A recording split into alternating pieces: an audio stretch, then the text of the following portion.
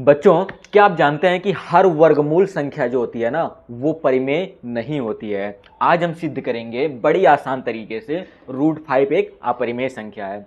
और ये सिद्ध करने के बाद ना रूट में कोई भी संख्या है ना उसे हम बड़ी आसानी से सिद्ध कर लेंगे कि वो क्या है, अपरिमेय है, कोई भी संख्या हो। क्यों? क्योंकि आज हम बड़ी आसान तरीके से इसको सीखने वाले हैं। तो सबसे पहले कॉन्सेप्ट समझते हैं कि परिमेय संख्या क्या होता है, जिसे P और बटे Q के रूप में लिखा जा सके। P बटे Q का मतलब क्या होता है? अंश और बटे हर। अंश और हर के रूप में जिसे लिखा जा सके ना वो हमारा परिमेय संख्या है। और Q कभी जीरो ना हो, मतलब कि बच्चों जो हमारा हर नहीं है, नीचे वाली संख्या, वो कभी जीरो ना हो।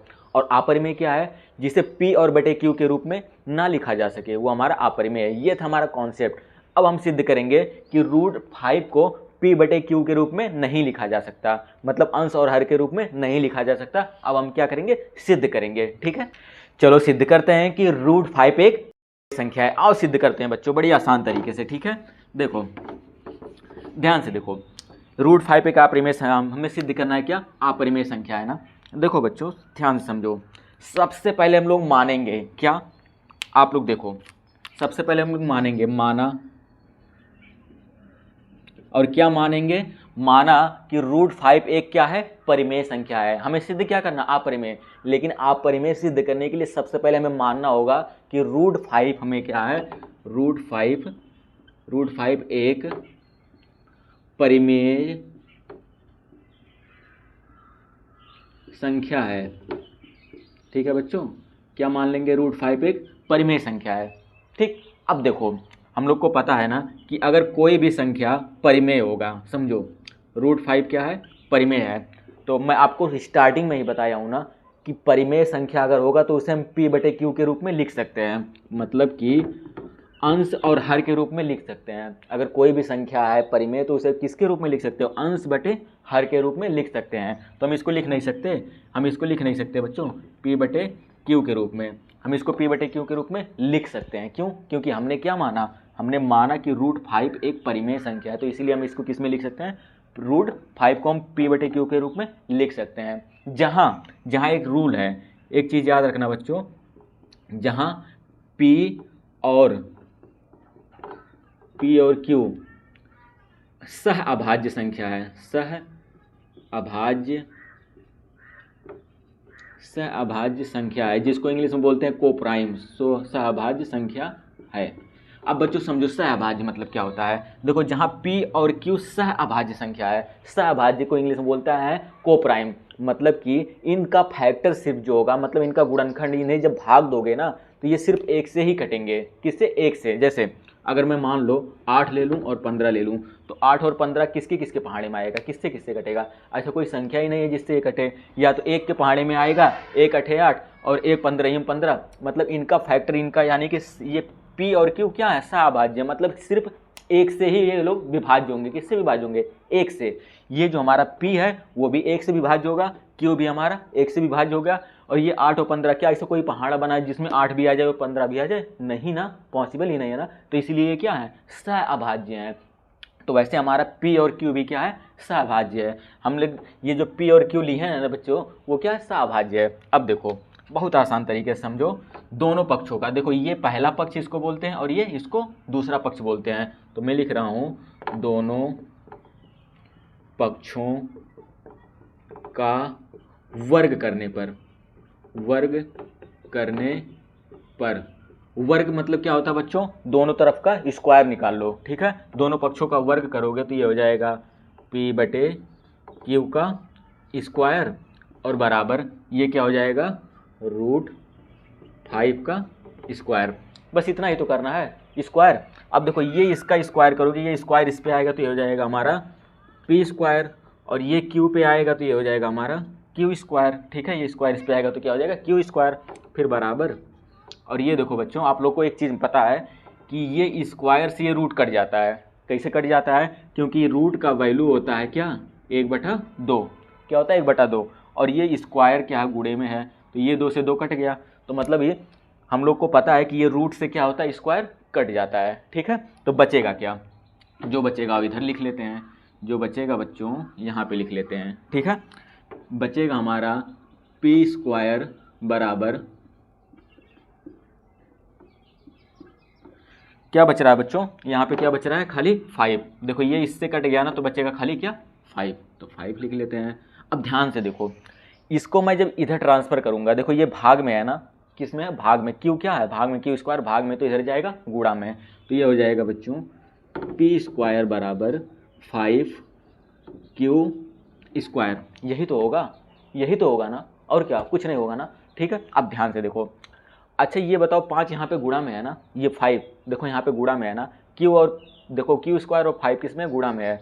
अगर इस 5 को मैं इधर भेज दूँ तो भाग में आएगा कि नहीं आएगा, ये 5 को इधर भेज दूँ तो ये क्या हो जाएगा, पी स्क्वायर बटे 5। ठीक है, यही तो होगा। अगर ये इसके नीचे आएगा और बराबर यहाँ पे खाली क्या बचेगा, क्यू स्क्वायर। सिर्फ समझने के लिए मैं बता रहा हूँ, क्योंकि यही कॉन्सेप्ट खाली आपको समझना है। अब देखो 5 किससे भाग हो रहा है, पी स्क्वायर से ना। देखो ये पी स्क्वायर किससे विभाज्य हो रहा है, 5 से, मतलब कि 5 से हम किस में भाग दे रहे हैं, पी स्क्वायर में। समझो बच्चों, ये किससे विभाज्य, पी स्क्वायर किससे विभाज्य है, 5 से। ये बटे जो है ना, बटे मतलब होता है भाग, यानी पी स्क्वायर किससे विभाज्य है, 5 से विभाज्य है ना। तो पी स्क्वायर जब 5 से विभाज्य है, पी स्क्वायर को क्या लिख सकते हो, इस तरह से पी गुणे पी लिख सकते हो ना। तो जब ये विभाज्य है, पी स्क्वायर 5 से विभाज्य होगा तो पी भी तो 5 से विभाज्य होगा, मतलब कि 5 से ये पी भी तो विभाज्य होगा। समझे कि नहीं समझे, ये p किससे विभाज्य होगा, 5 से विभाज्य होगा कि नहीं होगा। तो इसका मतलब इसको हम मान लेते हैं बच्चों समीकरण 1। यहाँ पर ध्यान से देखो, ये p हमारा किससे विभाज्य हो रहा है, p किससे विभाज्य हो रहा है, 5 से विभाज्य हो रहा है। ये चीज़ याद रखना बच्चों, p किससे विभाज्य हो रहा है, 5 से विभाज्य हो रहा है। ठीक है, फिर देखो, अब ध्यान से देखो बच्चों, बस आपको कुछ करना नहीं है, थोड़ा सा मान लो।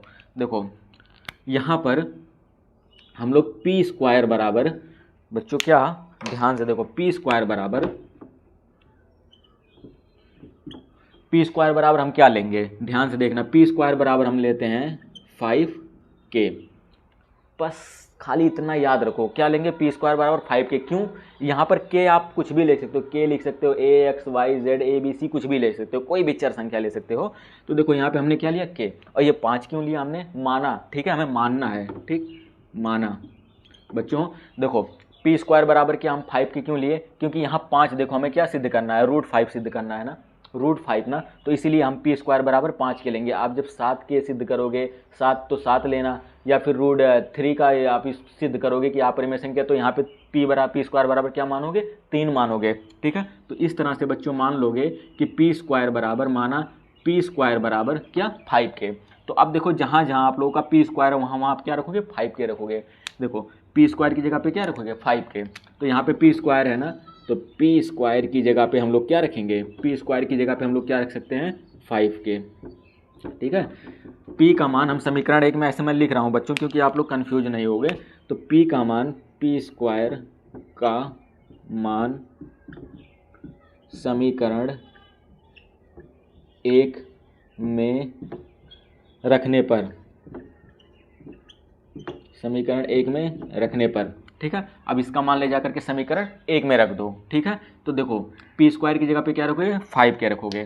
तो इस तरह से बच्चों ये हो जाएगा हमारा यहाँ पर 5k का स्क्वायर और बराबर हो जाएगा 5q स्क्वायर। ठीक है, यही तो होगा। अब ध्यान से देखो, ये स्क्वायर जब इस पे आएगा तो 5 का स्क्वायर क्या हो जाएगा, 5 का स्क्वायर हो जाएगा 25, और ये हो जाएगा k स्क्वायर बराबर यहाँ पे हो जाएगा 5q स्क्वायर। ठीक है, अब फिर से समझो, देखो ये 5 से कट जाएगा, 5 करने में 5 और 5 25। ठीक है, कितनी बार में कटा, 5 बार में बच्चों, 5 बार में कटाई है ना, तो यहाँ पे बचेगा 5, ये k स्क्वायर बराबर इधर क्या बचा हुआ है, q स्क्वायर। ठीक है, इतना समझे ना। अब ध्यान से देखो, ये 5 किस में है, गुणा में है ना, 5 गुणा में है ना, इधर जाएगा तो भाग में, तो ये इधर इसके नीचे जाएगा तो क्या हो जाएगा, ये हो जाएगा q स्क्वायर बटा 5। यही तो होगा, q स्क्वायर बटा 5। तो बच्चों ये क्या बता रहा है कि q किससे, q जो हमारा है, q स्क्वायर किससे विभाज्य है, 5 से। किससे विभाज्य, 5 से। जैसे ये देखो p किससे विभाज्य है, 5 से, वैसे ये q स्क्वायर किससे विभाज्य है, 5 से। जब q स्क्वायर 5 से विभाज्य होगा तो q भी तो 5 से विभाज्य होगा। अभी मैं आपको बताया हूँ, क्यों, क्योंकि q इंटू q। ठीक है, तो जब q स्क्वायर 5 से विभाज्य होगा तो q भी किससे विभाज्य होगा, 5 से। अब ध्यान से कॉन्सेप्ट यही समझो। तो देखो ये p किससे विभाज्य हो रहा है, 5 से, q किससे विभाज्य हो रहा है, 5 से। लेकिन हमने शुरू में क्या माना था, हमने शुरू में माना था कि p और q क्या है, सह-अभाज्य है। सह-अभाज्य मतलब सिर्फ किससे विभाज्य होगा, 1 से। लेकिन यहाँ देखो 5 से विभाज्य होने लगा। किससे विभाज्य होने लगा? 5 से। यहाँ पर 5 से विभाज्य होने लगा और हमने माना था कि ये पी और क्यू क्या है? सहभाज्य संख्या है। तो देखो पी हमारा 5 से विभाज्य हो रहा है, क्यू भी हमारा किससे विभाज्य हो रहा है? यहाँ क्यू भी हमारा किससे विभाज्य हो रहा है? 5 से। मतलब कि हमने जो माना था वो पूरी तरह से हमारा क्या हो गया? गलत हो गया। हमने जो माना था कि √5 एक परिमेय संख्या है ना, वो हमारा पूरी तरह से गलत हो गया। क्यों? क्योंकि हमने माना था कि पी और क्यू क्या? सहभाज्य संख्या है ना, जो खाली 1 से विभाज्य होगा। लेकिन यहाँ तो 5 से विभाज्य होने लगा। ये देखो यहाँ पर 5 से विभाज्य होने लगा बच्चों। देखो यहाँ 5 से विभाज्य होने लगा और यहाँ पर भी 5 से विभाज्य होने लगा। और इसको विभाज्य किसने से होना चाहिए था?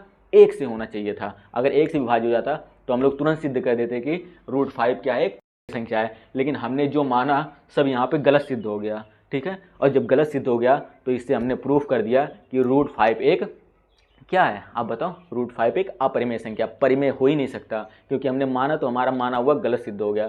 तो √5 इज ए इरेशनल नंबर। ठीक है, और बच्चों ये मैं यहाँ पे लिख दे रहा हूँ। ठीक है बच्चों, मैं यहाँ पर मिटा करके देखो फिर से लिख दिया हूँ आपके समझने के लिए। बहुत आसान कॉन्सेप्ट में हमने शुरू में ही माना था कि ना पी और क्यू क्या है? सहभाज्य, मतलब सिर्फ 1 से ही विभाज्य होंगे।